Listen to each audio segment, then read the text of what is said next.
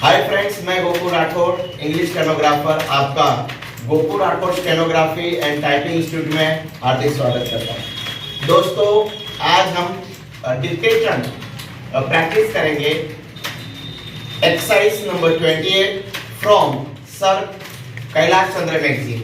Okay friends, और speed होगी 105। Okay, so start करते हैं। Start. The need for developing a strong UN delegation. I wish that the Honorable Prime Minister would give his attention to this aspect of the matter, particularly in view of the fact that in the next decade or two, politics all over the world would take on a complex character, and it is necessary that men are trained from now on for taking part in international affairs. In the UK and the United States, such delegations are built with men who have wide knowledge of international affairs, and there should be other qualification for a man to be included in such a delegation. In this connection, I should also like to mention that it is a time for government to develop sound conventions regarding the conduct of foreign affairs. In the United States, they have accepted the principle of bipartisan consultation on important affairs of policy. For example, when President Kennedy stood for election, President Eisenhower, even during the period of the conduct of campaign of President Kennedy, kept him informed about major developments in foreign affairs.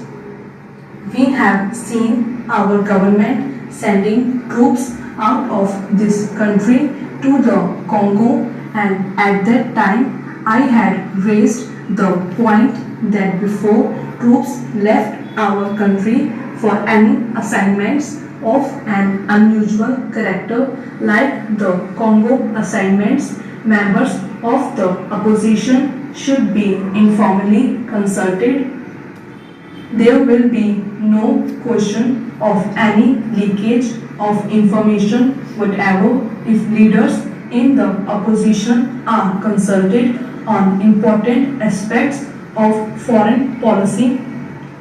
The consultative committee of the External Affairs Ministry does go some way to meet the needs of exchanging information about foreign affairs, but the informal consultation of the kind that I mentioned, where the leaders of the opposition and leaders of the other parties are called and told by the Prime Minister about unusual developments, would strengthen the convention that the foreign policy of the country has the support not only of the Congress party but also of the entire country.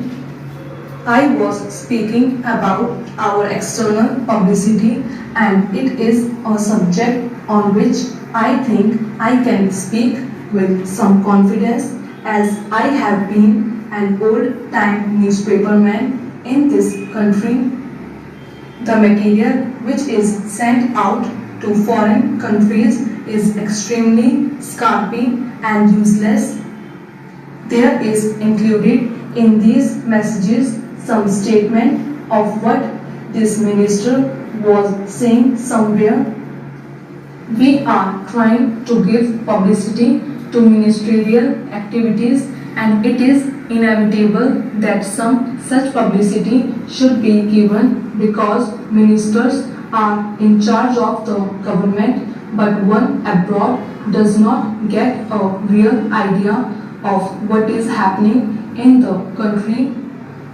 I would like to suggest that the consideration of the External Affairs Ministry that they should send a fortnightly assessment of what is happening in India, written dispassionately, not to please a minister or to highlight something that he has done, but to give an objective assessment of what is going on in the country.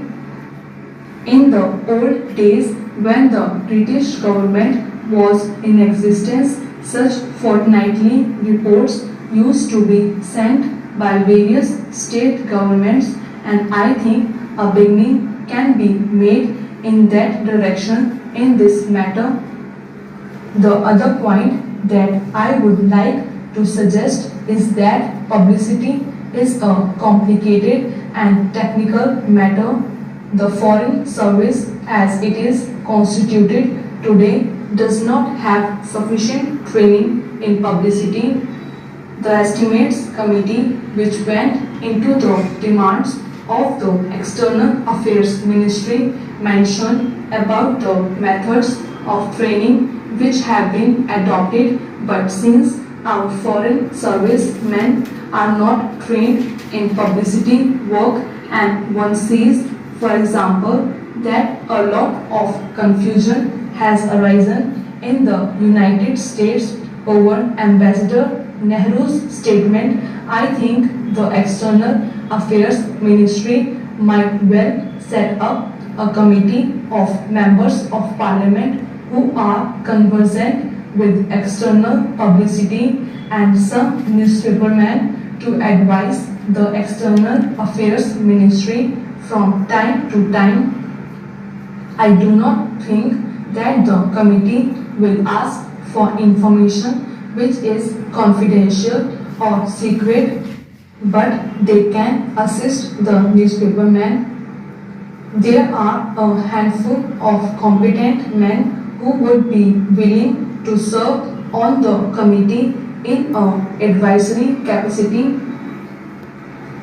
They would be able to tell the External Affairs Ministry that should be done in order that our news publicity abroad is better. I might mention also that the Estimates Committee had recommended the creation of the cultural cell. So, to my mind, we have also to be clear in our mind regarding the objective of rural industrialization.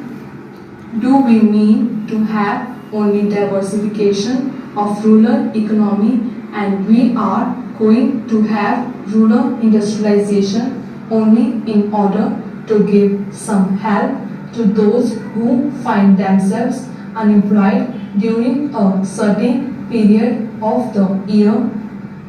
Are we aiming at utilizing local resources and meeting local needs through diversification of rural economy, or have we a more fundamental objective in mind when we are trying to industrialize the rural areas?